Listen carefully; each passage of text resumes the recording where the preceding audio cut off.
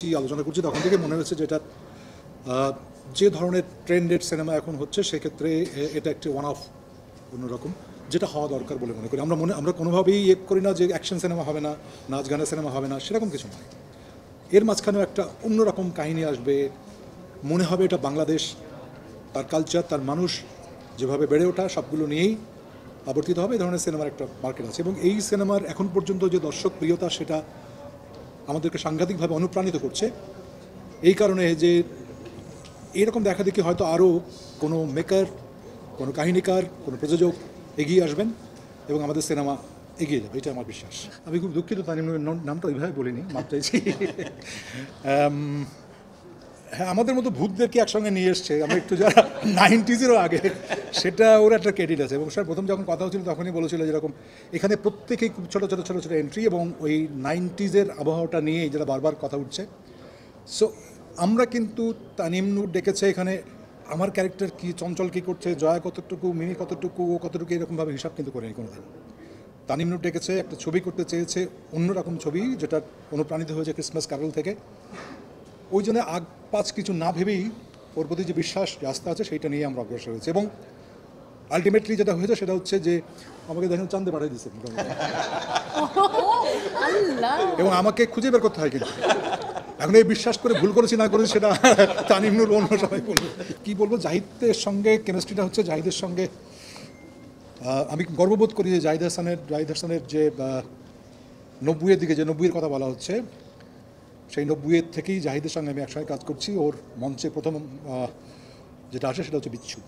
এবং জাহিদের অদ্ভুত ধরনের কিছু কমিক সেন্স আছে, খুব সাটল এবং সমস্ত কি বলা যায়, মানে ও ওই সময় একেবারে মাত করে ফেলেছিল। তার পরবর্তীতে জাহিদকে আর ফিরে তাকাতে হয়নি। সো দুইজন অ্যাক্টরের মধ্যে এই র্যাপোটা, এই যে লেনদেন, এটা খুব ইম্পর্ট্যান্ট আর কি। এবং আমরা যখন শুটিং করেছি সেই মুহূর্তে আমাদের বডি লাইন থেকে শুরু করে সমস্ত কিছুই ওইভাবেই তৈরি হয়েছে। আর বিশেষ করে যে সিনটা যেখানে ভূত ভূত হয়ে আসা এবং আরও ভূত যে আসবে সেটা ইনফরমেশন দেওয়া, সেইটা কিন্তু মানে এমন হয়েছে যে মোটামুটি আমি কি করছি না করছি সেটা জাহিদ দেখেও নি। So that was kind of surprise for Zahid Hasan. শেষ মুহূর্তে এসে আর ডিরেক্টর বলেছিল যে ও আলটিমেটলি একটা চিৎকার দেবে, অনেক ভূতকে দেখে সে বিশেষ করে চঞ্চলকে দেখে, যা এটা চলে চলে। সো আমি বোধহয় একমাত্র ভূত, আমি এখন ছবিটা দেখিনি, আমি বোধহয় একমাত্র ভূত যে ভূত দেখে জাহিদ ভয় পেয়েছে এবং এমন চিৎকার দিয়েছে, পরে আপনি দেখবেন আমি কানে করতে আসছি আর কি, এবং পরে খাসটা বলে এটা গালি দিছি। So I am very happy যে আমরা এখান থেকে যারা একসঙ্গে আজকে বসে আছি, এটা তো দুজন খুব জুনিয়র ও আমার সাথে কাজ শুরু করেছিল, সাদিয়া আয়মান। এবং আমাদের যে বেড়ে ওঠা এটা অদ্ভুত সংস্কৃতির মধ্যে। ওর বাবা যে বৃন্দাবন দাস, চঞ্চল, ইসের সঙ্গে, জয়ের সঙ্গে বহুদিন আগে থেকে কাজ করেছি আমরা। গরম ভাত, নিছক ভূতের গল্প থেকে শুরু করে অনেকগুলো কাজ করা হয়েছে। আমরা বোধহয় একসঙ্গে গ্রো করেছি, দ্যাটস ভেরি ইম্পর্ট্যান্ট।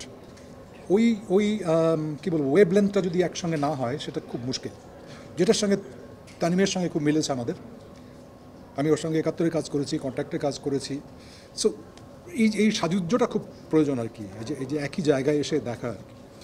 আর আজকের সিনেমা আমি মনে করি যে সবার সিনেমা, একজন ক্যামেরাম্যান বা ডিওপি যেমন কাজ আছে, একজন আর্ট ডিরেকশনের যেমন কাজ আছে, একজন মেকআপ আর্টিস্টের যেমন কাজ আছে, তারপরে কস্টিউম যিনি করেন সেই কালার স্কিমিংগুলো থেকে শুরু করে সমস্ত কিছুই।